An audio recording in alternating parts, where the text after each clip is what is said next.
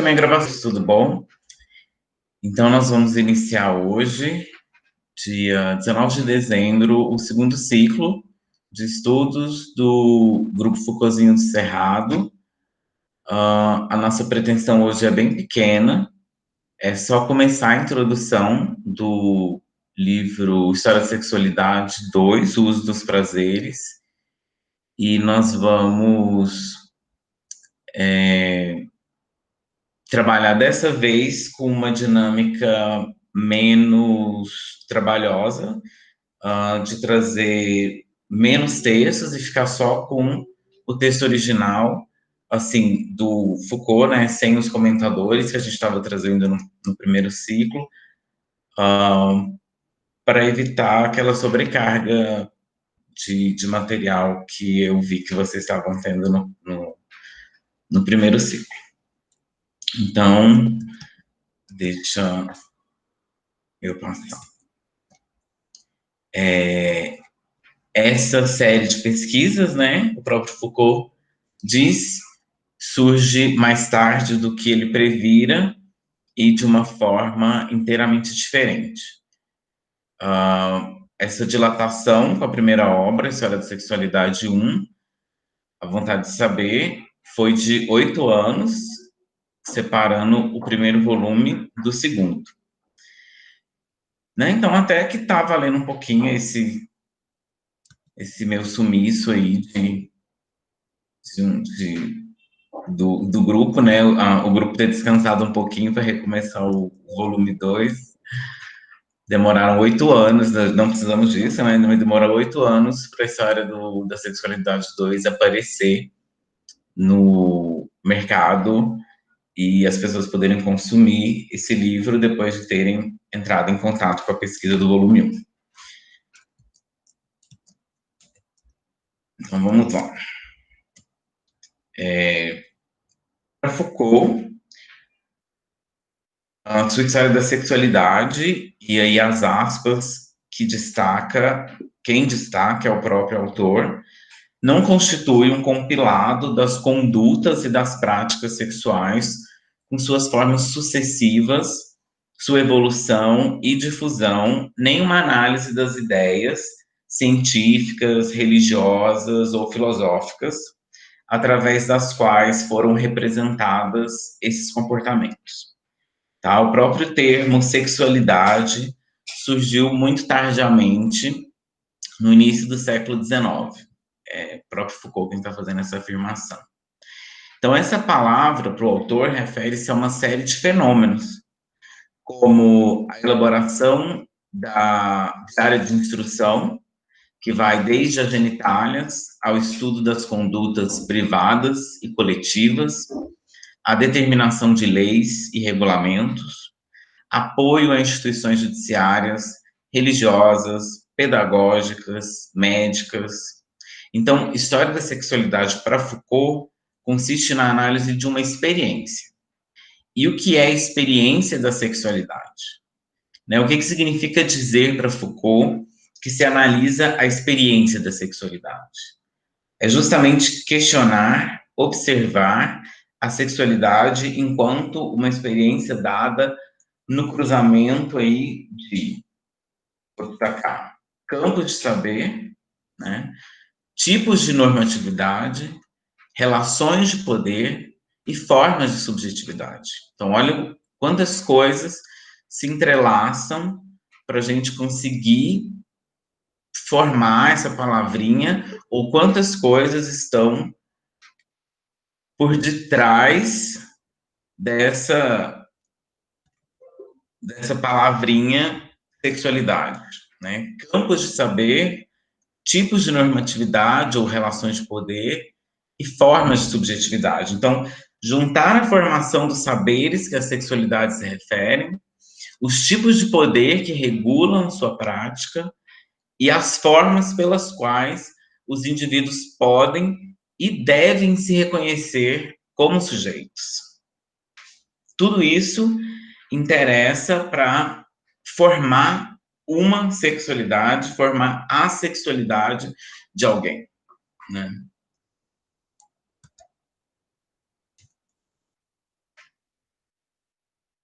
E aí a análise das práticas discursivas desvenda a formação dos saberes para além da ciência e das ideologias, né? A análise das relações de poder, das técnicas e das tecnologias de poder aplicadas no corpo permite entendê-las como estratégias abertas, fugindo da concepção de poder como dominação ou como simular, né? Um problema então surge para Foucault: a noção de desejo ou a de sujeito desejante. Como desvencilhar-se dessa concepção tão presente, né? Um tema teórico universalmente aceito, né? Da cristandade à psicanálise. Sem saída, Foucault empreende um trabalho histórico e crítico, a famosa metodologia nietzschiana, genealogia. Isso não quer dizer reunir uma história dos desejos, da origem da libido, mas observar quais práticas levaram as pessoas a prestarem atenção em si próprias como sujeitos de desejo, estabelecendo de si para consigo uma certa relação que lhes permite descobrir no desejo a verdade de seu ser, seja ele natural ou decaído. É isso quem fala é Foucault. Toda uma construção, então, no Ocidente, dessa relação do indivíduo com o desejo, mas não uma interação qualquer, né? Sim, um envolvimento que lhe diz da sua essência. O desejo, ele proporciona como que um desvelar ontológico. Construiu-se no Ocidente uma relação tal de sujeito com o desejo que ele nos revela o nosso próprio ser, que ele nos diz da nossa própria essência de ser.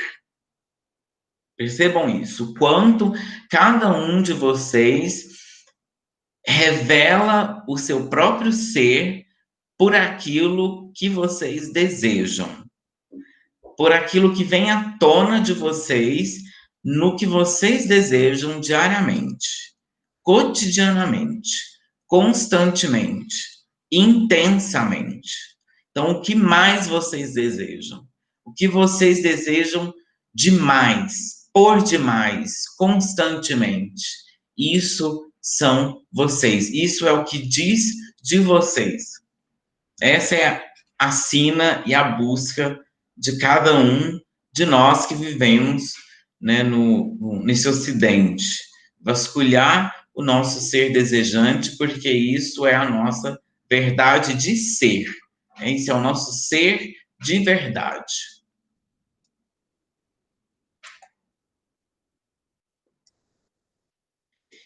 E aí Foucault fala, então, de deslocamentos teóricos que ele vai realizar para poder dar conta de fugir dessa relação tradicional e inaugurar uma nova pesquisa, um novo tipo de pesquisa. O primeiro deslocamento é referir-se às formas, ou melhor, olhar para as práticas discursivas que articulam o saber, né? Isso, nós aqui que já estamos falando de Foucault há um tempo, né? Aqui nessa sala a gente já conhece Foucault, então a gente já sabe disso. Ele vai vasculhar as práticas discursivas que articulam o saber sobre o uso dos prazeres sexuais, né, que é o objeto desse livro. Então, as práticas discursivas. O segundo deslocamento, as manifestações do poder, né, relações múltiplas, estratégias abertas, as técnicas racionais que articulam o exercício ou os exercícios dos poderes a respeito do uso dos prazeres sexuais. E o terceiro deslocamento, o que é designado como sujeito e tenta desvendar as suas formas e as suas modalidades de relação de si para consigo, né? Através das quais o indivíduo se constitui e se reconhece como sujeito. Esses jogos de verdade que jogamos conosco mesmos para sabermos quem nós somos, para olharmos no espelho de nossas almas e dizer: aham, achei, me achei, esse então sou eu. Né? Então, que jogos são esses que nós fazemos diariamente conosco mesmo para a gente conseguir pegar a gente e dizer: agora sim eu me descobri, agora sim eu consigo revelar para mim, esse é o verdadeiro Guilherme, esse é o Guilherme que eu estava escondendo de mim mesmo, né? Olha as relações que nós construímos conosco mesmo, de mim para comigo. É isso que Foucault está falando, são hermenêuticas de sujeitos, são hermenêuticas de si que nós criamos. E aí, nós vamos, então, neste livrinho, né, a partir desse estudo que nós estamos nos propondo, nós vamos da época moderna até a antiguidade. Vamos para trás agora. Ficamos lá no primeiro livro, A Vontade de Saber, na época moderna, agora nós vamos para a antiguidade. E vamos através do cristianismo. E uma questão muito simples e muito geral vai se colocar, então. Por que o comportamento sexual, as atividades e os prazeres a eles relacionados são objeto de uma preocupação moral?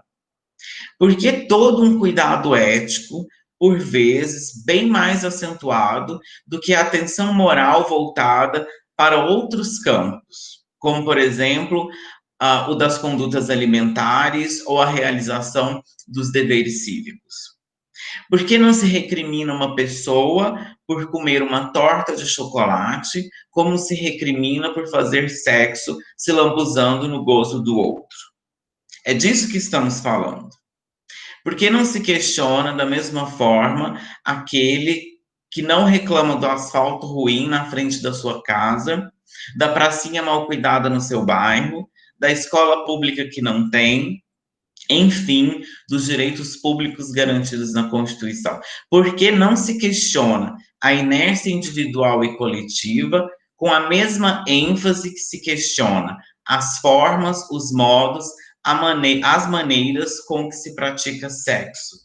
A interdição do ânus, por exemplo, o maior tabu de nossas sociedades. Em resumo, por que não se questiona o guloso, o compulsivo por comida, os pedintes do toma lá da cá na política, como se questiona, se ofende ou tenta se ofender aquele que dá o cu, aquele que toma no cu, aquele que tem práticas sexuais com seu ânus? E aqui é uma audácia para que vocês pensem todas as práticas para além das genitais e das convenções. E para que vocês pensem se os valores que tocam a moral construída para a sexualidade não tocam outras áreas. Se tocam outras áreas, como? E se não tocam, por que não tocam? Porque os valores morais que circundam e controlam as minhas práticas sexuais não circundam e não controlam as minhas práticas alimentares. Não circundam e não controlam as minhas práticas cívicas e democráticas.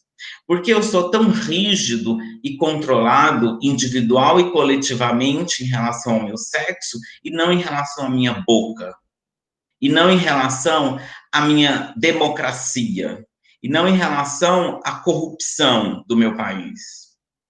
Então, por que nós estamos tão moralmente preocupados há mais de 2000 anos com as nossas práticas sexuais, de um jeito que nós não estamos preocupados com as nossas práticas alimentares e com as nossas práticas cívicas? É disso que Foucault está falando.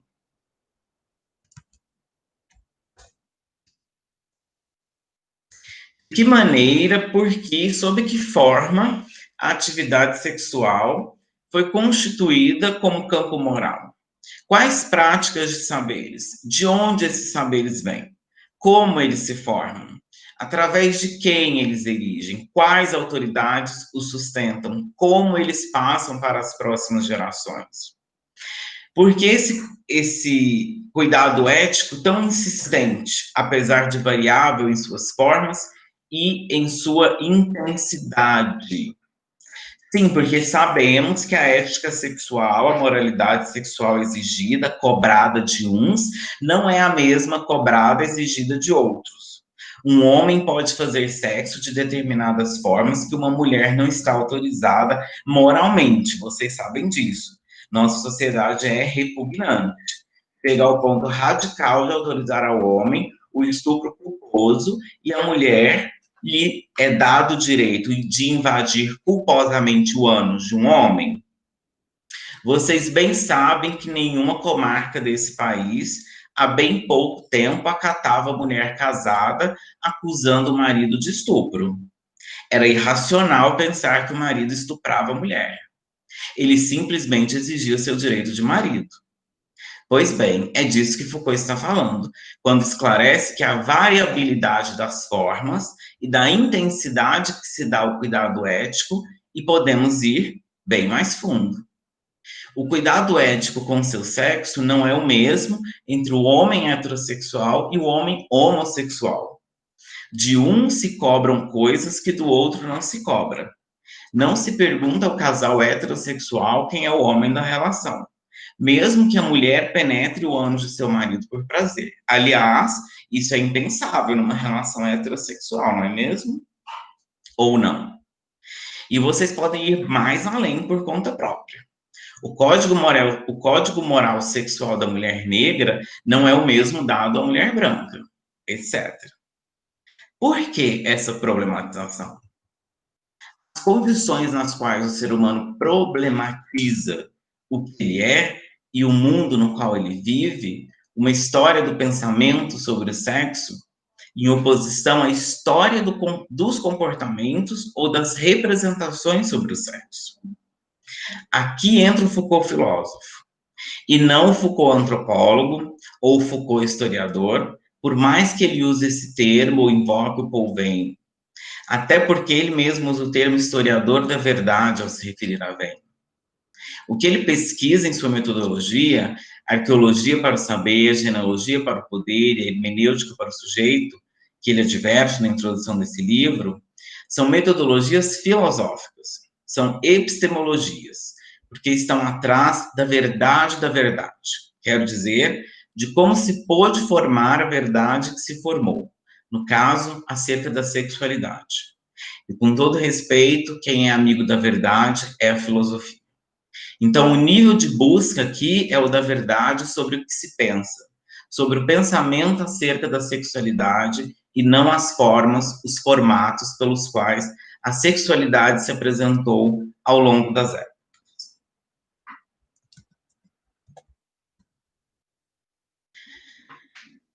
Menciona artes das existências e técnicas de si,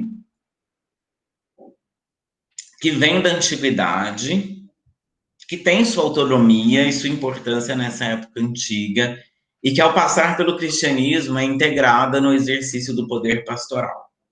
E, na época moderna, integrada nas práticas de tipo educativo, pedagógico, médico e psicológico. Mas ele não diz, nesse momento aqui da introdução, se vocês lerem e forem ler depois ou tiverem lido, ele não diz nesse momento da introdução quais técnicas são essas, e nem se vai se deter neste livro nelas. A mim, que já fiz a leitura desse livro e dos outros livros, me parece que essas técnicas não estão muito claras neste livro e não estão delimitadas a este livro. Então, a mim me parece que essas técnicas elas se iniciam neste livro e elas vão chegar até o livro mais recente publicado, que é o livro 4, ok? E vocês me permitam, né, Foucault solta umas frases assim no meio dos seus livros que eu quero compartilhar com vocês, meus companheiros virtuais de leitura Foucaultiana. Porque eu não tenho com quem compartilhar, então eu preciso compartilhar com alguém, né? Vamos lá. A viagem rejuvenesce as coisas e envelhece a relação consigo. Por favor, né? Soltar uma coisa dessa no meio de um livro. Que, né, ficou faz um estranho. Que atrevimento falar isso no mundo em que se vende viagens justamente para que renovemos a nós mesmos. Mas vamos lá, um pouquinho na reflexão de Foucault. Numa relação de si para consigo, numa relação que temos conosco mesmo, cotidianamente, uma viagem só poderia envelhecer essa relação, justamente porque nos daria novas relações, nos possibilitaria novas relações de nós para com nós. A não ser que a gente viaje e faça as mesmas coisas, e se olhe do mesmo jeito, e não consiga produzir uma prática de si para consigo diferente, num outro lugar, num outro contexto, dado a outras relações de poder, porque está deslocado da sua cidade, do seu espaço comum, da sua hermenêutica diária, a concepção que você tem de você envelhece, desgasta. A viagem, qualquer viagem, rejuvenesce, pois, as coisas, mas, por outro lado, envelhece a relação de si para consigo, expõe o quão desgastado estamos, o quão já nos desbastamos para ser o que somos. Foucault realmente é um poeta disfarçado de filósofo, né, gente? Vamos seguir, então, o que a gente está a fim de pesquisar, não é de ficar na literatura, né? Nesse slide, nós vamos observar Foucault falando da sua própria metodologia, de como ele vai aplicá-la neste livro, nessa pesquisa que virou este livro. Primeiro, na dimensão arqueológica, tá? Para analisar as próprias formas da problematização acerca do uso dos prazeres sexuais. Então, a dimensão arqueológica, por mais que pareça confuso, os termos, ele insiste nesses mesmos termos. Então, ele não vai se confundir. Então, se ele não se confunde, basta a gente insistir em manter a nossa mente, principalmente as pessoas que estão vendo ele pela primeira vez, vão adentrar na pesquisa pela primeira vez, e forem assistir o vídeo depois, pela primeira vez, focar nessa demarcação, tá? Então, a dimensão arqueológica vai analisar as formas da problematização do uso dos prazeres. E a dimensão genealógica vai analisar a formação da prática e das modificações.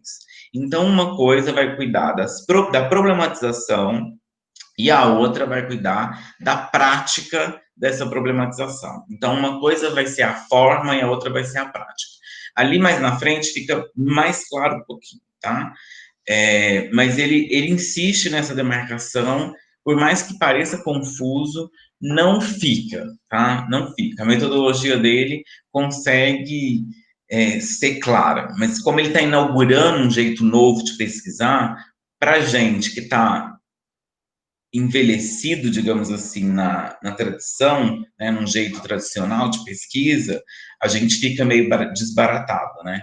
Então, a dimensão arqueológica, repetindo, ela vai servir para analisar as formas de problematização do uso dos prazeres.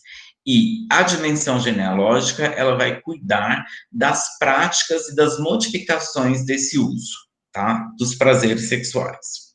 Então, tal como Foucault tratou da problematização da loucura e da doença mental a partir das práticas sociais e médicas, delimitando um perfil de normalização, práticas de isolamento, vocês sabem bem, está lá naquela tese enorme, práticas de saber também, toda uma área do conhecimento científico, psiquiatria, reivindicando para si a verdade sobre esse tema, né, aquela separação na sociedade de quem é são e de quem não é, as condições de trabalho que vão adentrar no alvorecer da Revolução Industrial, para dizer quem fica dentro e quem fica fora dos manicômios.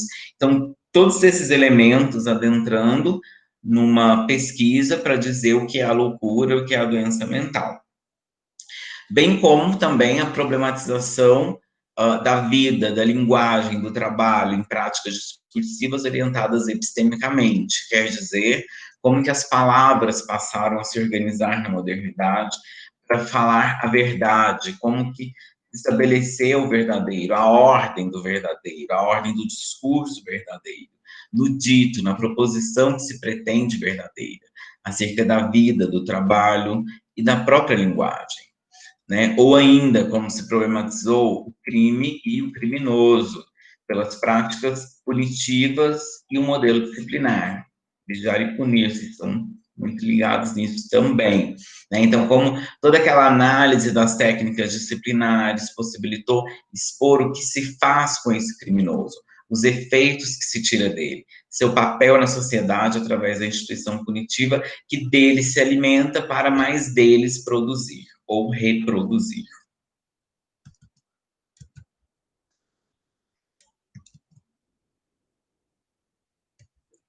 E aí, já finalizando, agora, então, nesse novo livro, nessa nova empreitada, nessa nova pesquisa, ele vai buscar mostrar de que maneira se problematizou na antiguidade a atividade dos prazeres sexuais, através de práticas de si, pondo em jogo uma estética da existência. Problematização da atividade sexual feita pelos filósofos e pelos médicos na cultura grega clássica. Então, ele vai vasculhar coisas que os filósofos falaram, coisas que os médicos falaram, recorrendo a textos teóricos somente para esclarecimentos. O material básico de pesquisa do Foucault vão ser os textos prescritivos, textos voltados para a prática e não para a teoria. Textos que dizem respeito a atividades sexuais, ao uso dos prazeres sexuais, né? Textos que estabelecem regras, textos que dão opiniões, textos que aconselham. Então, todo um material textual que vai se comportar, que vai dizer como se deve comportar, que vai dizer como se convém numa sociedade determinada pessoa, e aí cada cada elemento na sociedade, cada pessoa na sociedade tem o seu modo de comportamento. Então, são textos meditativos, são textos morais, são textos que colocam a pessoa à prova dos seus apetites sexuais. Como diz Foucault, textos que constituem a armadura da adequada conduta cotidiana sobre os prazeres sexuais. Tá?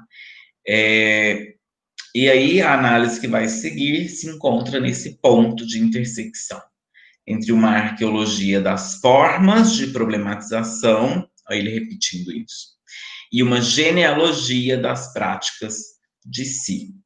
Então, uma arqueologia das formas de problematização e uma genealogia das práticas de si.